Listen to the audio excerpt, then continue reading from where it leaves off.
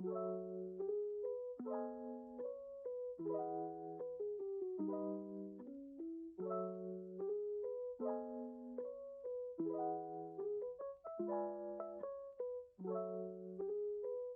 everyone, welcome to a new episode of YRA Talk to Sing Song, Share and Tell. Today we'll be talking about high quantum HDB, $1 million HDBs. I guess you guys been hearing about that a lot on the news. We understand that there are many reasons why people might be looking at high quantum HDB or any HDB or any units in particular. We also understand that not everybody is looking to make money through property, but this episode is purely talking about high quantum HDB, and we'll be talking about the profits that it make.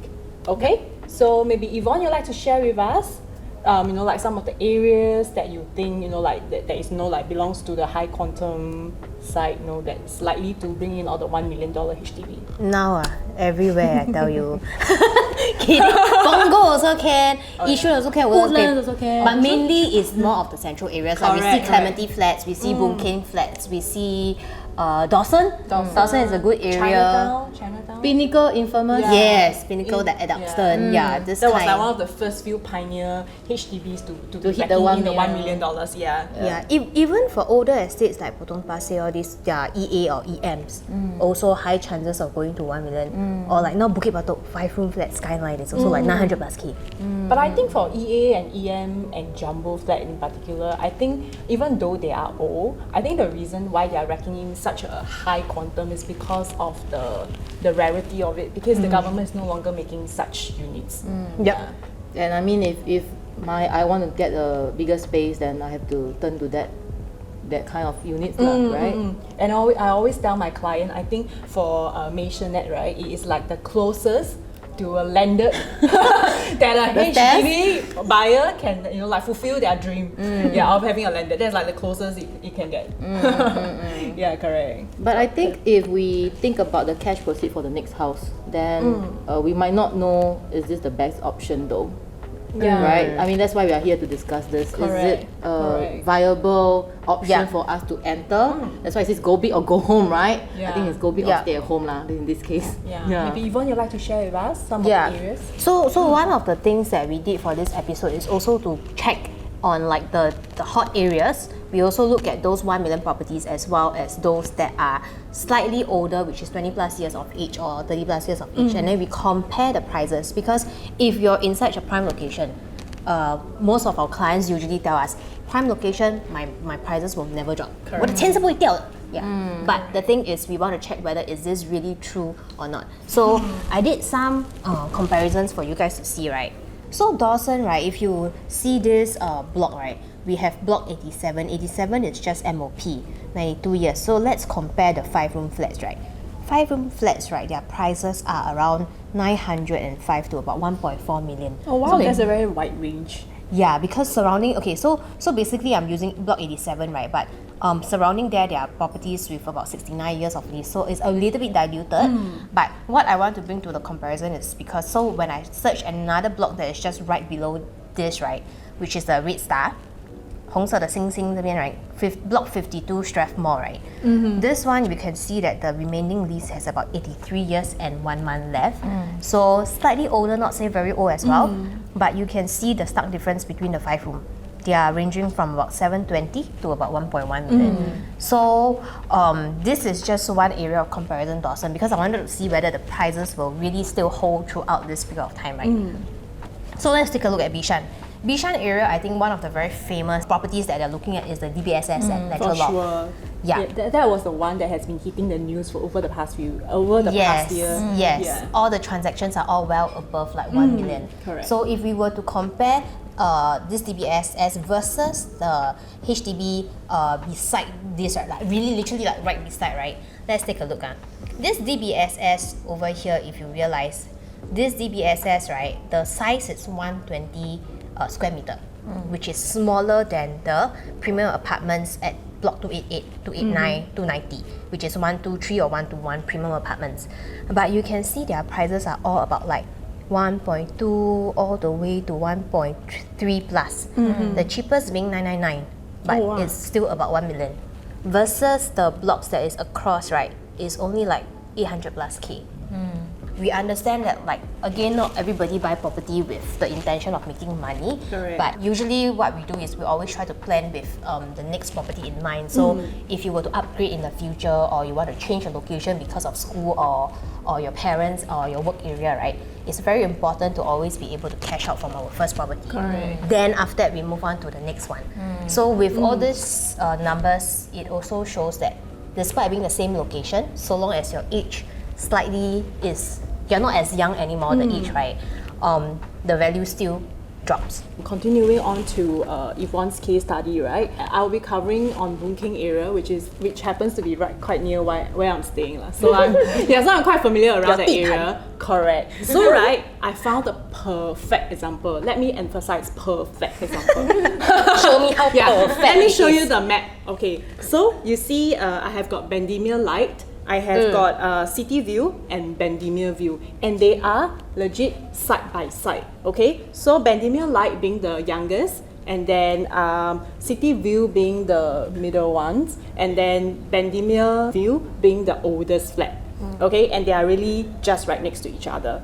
Okay, so going on to the next photo, right, you will see the stark difference between the prices. Okay, Bendemeer Light, out of the 3 estates, right, is actually the furthest away from the MRT station. But then looking at the transaction, right, it is actually fetching the highest price out of the 3 estates. And Bendemeer View being the closest to the MRT station, right, I would say it's like just right beside or right behind. And we are looking at probably about 500,000 for a similar 4-room flat. So you can see a difference of like nearly half. The location doesn't really matter, because what people are really looking for is actually the age of the property. Correct. Because I think ultimately everybody will still prefer to live in somewhere that is newer. Right? Yeah. Lesser rental costs, these kind of things. Correct. So one thing just mentioned, right, regardless of location, isn't it? So we're going to talk about the infamous location now, if Yishun. So they hit the headlines because we always say, 1 mil is always in the location that is near the central. But what about Yishun? What about Woodlands? So we scale down a little bit. So we don't say 1 mil, we say about 900 for their EM, right? For 900K, if they were to hold, if our client would, let's say, buy it and to hold for 10 years, it's about 100K accrued interest. Alright? And then with the rental fee, because usually EM is already about of age 20 over about years. 30, about 20 over years. So that's why you have to change all the internal. Usually people do an overhaul of all the renovation. So we all add up, right? We give a 1.1 mil. Realistically, we all know HDB is for affordable living. And the past few years, HDB resale index has been hitting a very huge number, and that's why HDB stepped in with all the cooling measure, right?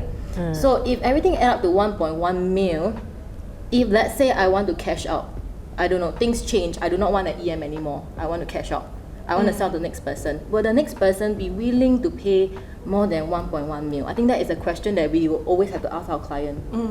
Right? Especially when by the time you want to sell it, the lease will even be lesser than when That's you right. got it. That's a good point, because we always keep emphasizing, if let's say my EM is a 26 years, after 10 years is a 26 years, last time is 36, oh my god, 36 years, okay?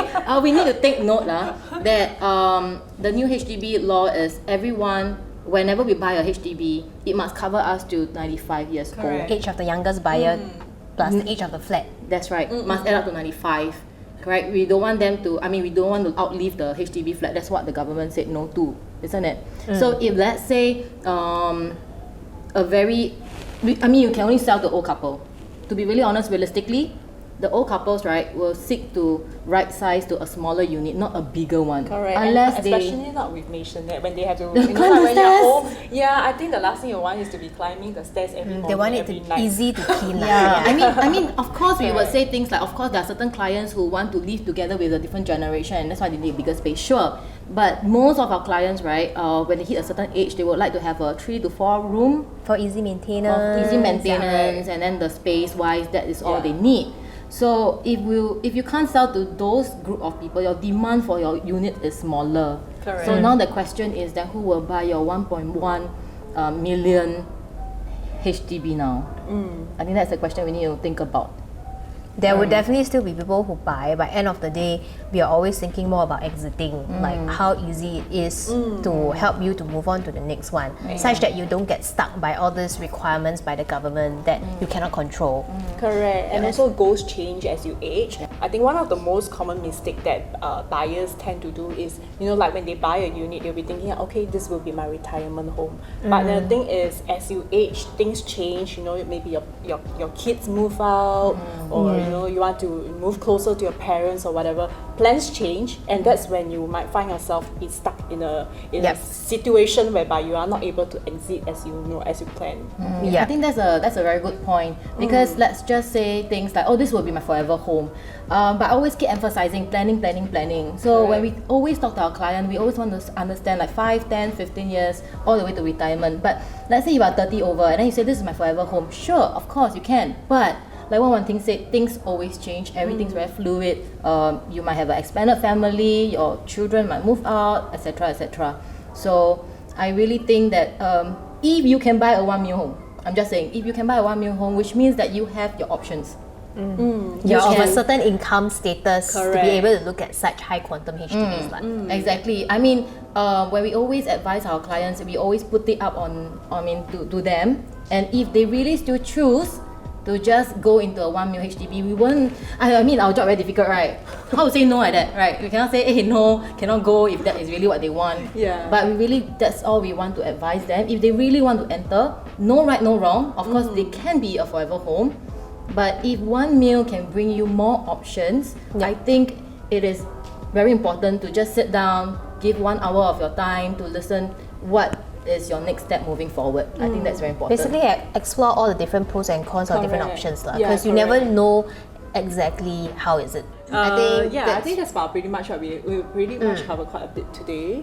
Basically, not that you cannot buy, you can buy, but if you're really of a certain income status, right, do check out all your different options first before deciding, so that you don't make a mistake. Correct. Yeah, I think that's all we have. Alright, see you next episode. Thank you.